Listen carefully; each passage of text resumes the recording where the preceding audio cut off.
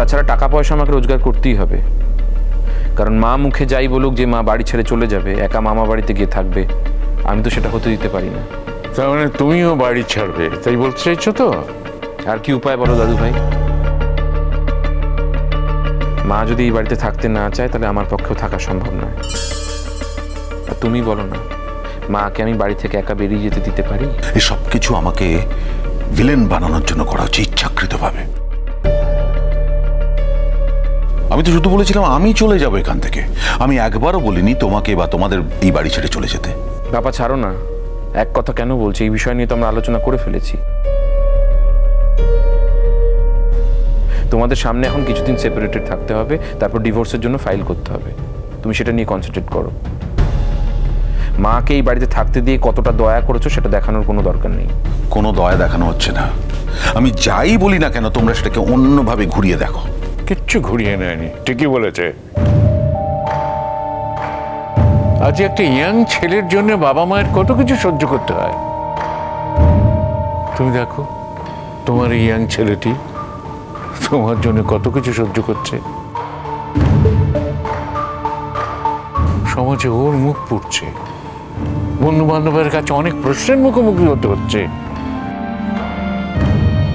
ওর মাকে ওর সামাল দিতে হচ্ছে, নিজের ক্যারিয়ারটা 12টা বাজাচ্ছে। সব তোমার জন্য বুয়া, সব তোমার জন্য। আমার জন্য? অ্যামেজিং। বাবা আমার যখন এতই দোষ, তখন তো আমি চলে গেলে এখান থেকে সবকিছু মিটে যায়। আমি তো বলেছি আমি নিজে চলে যাব এখান থেকে। আমি তো আমার কর্তব্যে কোনো ত্রুটি রাখবো এটা তো বলিনি। আমি কাউকে এখান থেকে চলে যেতে বলছি না, জাস্ট আমি মানুষটা এখান থেকে চলে যাবো, দ্যাটস ইট। তোমার কোনো কর্তব্য করার প্রয়োজন ছিল না।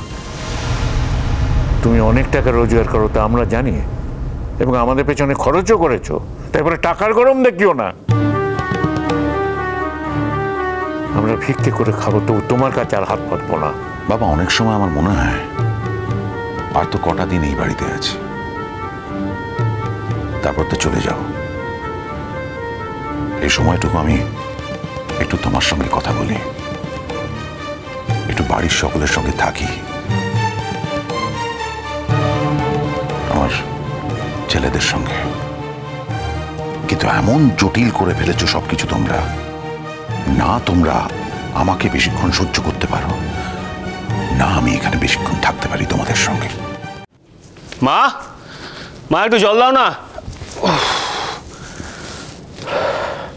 টিঙ্কা আমি তোকে এক্ষুনি খেতে দিচ্ছি, মাছটা ভেজেই দিয়ে দিচ্ছি, এনে জল। আচ্ছা মা, অঙ্কিতা কোথায়? বাজারে গেছে। কি 1 মিনিট দাঁড়াও, কোথায়? বাজারে গেছে। তুমি অঙ্কিতাকে বাজারে পাঠিয়েছো? না না যাবো, আমি পাঠাইনি, ও নিজের থেকেই গেছে, আমি বলে নিজে থেকে। দাঁড়াও মা, তোমার আক্কেল জ্ঞান বলে কিছু নেই নাকি? হ্যাঁ, তুমি অঙ্কিতাকে বাজারে পাঠিয়েছো, কি মুশকিল। কোনোদিন বাজারে যায়নি মা, ওর বাড়ির লোক জানলে কি মনে করবে বলো তো? ওরা ভাববে যে আমরা ওনাদের মেয়েকে বাজারে পাঠাচ্ছি। দাদা ভাই, বৌদি ভাই তো অ্যাডাল্ট রে, বৌদি ভাই কি করবে কি করবে না সেটা নিজে ডিসাইড করবে। তুই বরং বৌদি ভাই এলে জিজ্ঞাসা করে নিস বৌদি ভাই এক্স্যাক্টলি কেন বাজারে গিয়েছিল। মাকে কেন শুধু শুধু চার্জ করছিস রে? মাকে চার্জ করছি তার একটা কারণ আছে ডিঙ্কা। তোমার বৌদি ভাই তো নিজের থেকে জানতে পারে না আমাদের বাড়িতে কি লাগবে, বাজার থেকে কি আনতে হবে। মা নিশ্চয়ই বলেছে, সেই জন্যই গেছে। আমি বাজারে যাচ্ছিলাম লঙ্কা আর আদা আনতে, অঙ্কিতা শুনে বলল আন্টি তোমার যাবার দরকার নেই, আমি যাব, তাই ও গেছে। আমি তো এখানে ছিলাম, আমি সব দেখেছি, আমি সব জানি। আর অঙ্কিতা নিজেই বাজারে যেতে চেয়েছে। তুমি তোমার মাকে শাসন করছো এর জন্যে, কেন? কি আর করবে বলো দাদু ভাই, এই বাড়িতে শাসন করার মতো তো একজনই আছে।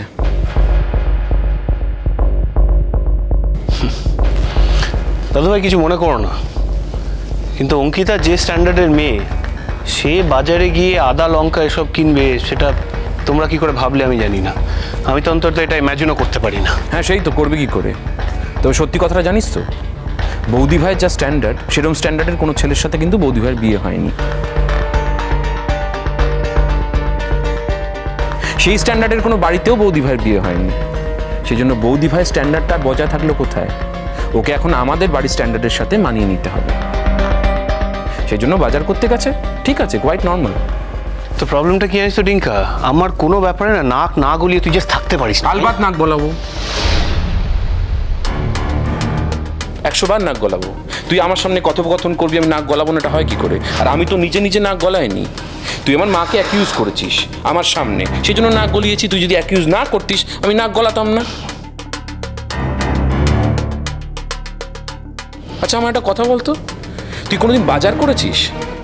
মানে পাপা অসুস্থ হয়ে যাওয়ার পর বাড়িতে কখন কি লাগে কোনোদিন জানতে চেয়েছিস? না তা চাইবি কেন? তুই তো ডাক্তার, হাই স্ট্যাটাস। এই বাজারটা যা তোর কাছে একদম ফালতু কাজ, তাই না? আমি কিন্তু চেয়েছি, 1000 কাজের মধ্যেও মাকে অন্তত একবার জিজ্ঞাসা করেছি তোমার কি লাগবে। আর একটা কথা জানিস তো, এই বাড়িতে অনেকে বাজার করে, অনেকে রান্না করে, তাদের সার্ভিসটা কিন্তু নিস, তখন কিন্তু তোর কোনো অসুবিধা হয় না। বাহ, চমৎকার। হ্যাঁ, তুই তো দেখছি আমাকে সহ্যই করতে পারিস না। তোমরা প্লিজ একটু থামবে? কি আশ্চর্য, তোমরা দুজন যখনই এক জায়গায় থাকো তখনই একটা না একটা ঝামেলা পাকাও। কি করবো বাবা, আমি কি যেচে ঝামেলা করছি? তুমি বলো না, এরপর তো তুমিও বাড়িতে থাকবে না। আমি আর পাচ্ছি না নিতে বাবা এটা। এখন তো ইচ্ছা করছে যত তাড়াতাড়ি সম্ভব এখানে যা কাজ আছে সবকিছু সেরে যত তাড়াতাড়ি সম্ভব বিদেশে পালাই। বেঁচে যাবো তাহলে, জানো তো? প্রতি মুহূর্তে আমার এই ভয়টা কাজ করে যে এই বোধহয় অঙ্কিতার বাড়ির লোকেরা আমাদের বাড়ির আসল চেহারাটা চিরে ফেললো। নিজের বাড়ির লোকেদের নিয়ে তোর ভয় করে জানবো? একদিন এমন না হয় যে এই বাড়িতেই তোকে ফিরে আসতে হলো।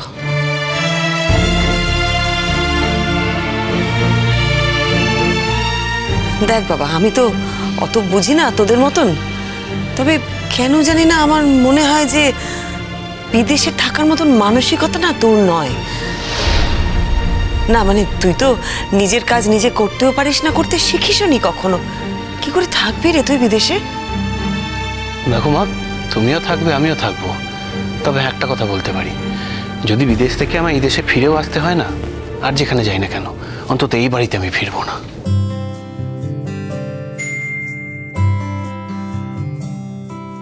ছিল সুখী গৃহকোণ, সবাইকে ভালোবেসে, রোজ নাম চায় তবু জীবন মুচকি হাসে। হঠাৎ অন্য হাওয়া আয়না খুঁজছে মুখ, একটু ভালো লাগায় ইচ্ছে কুড়োয় সুখ। বাহ, একেবারে আদর্শ ছেলের মতো কথা বলছিস।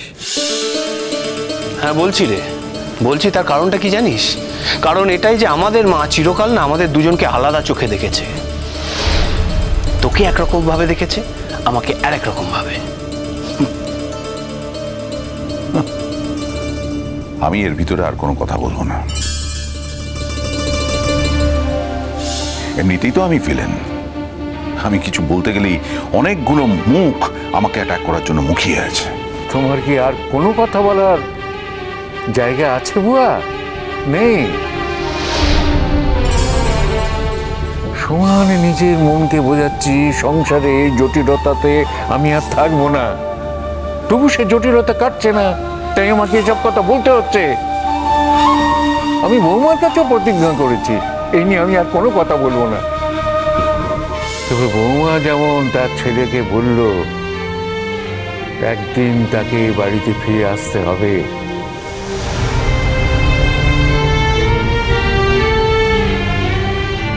আমিও তোমার বাবা হয়ে বলছি বুয়া, ছিকরি পত্রপাঠ ওই বাড়ি থেকে তোমার এই বাড়িতে ফিরে আসতে হবে।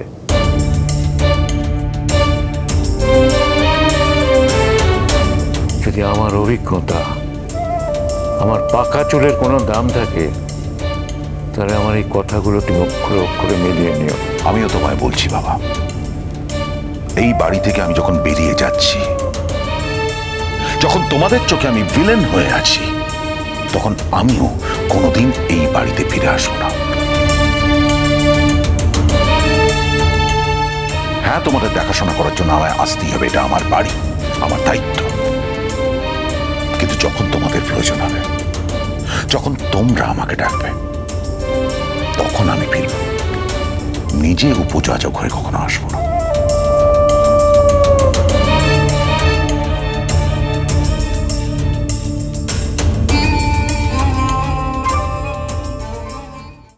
এটার মধ্যে সব ওষুধ গোছানো আছে, প্রয়োজন মতো নিজে নিয়ে খেয়ে নেবে। মা, তুমি কোথায় থাকবে?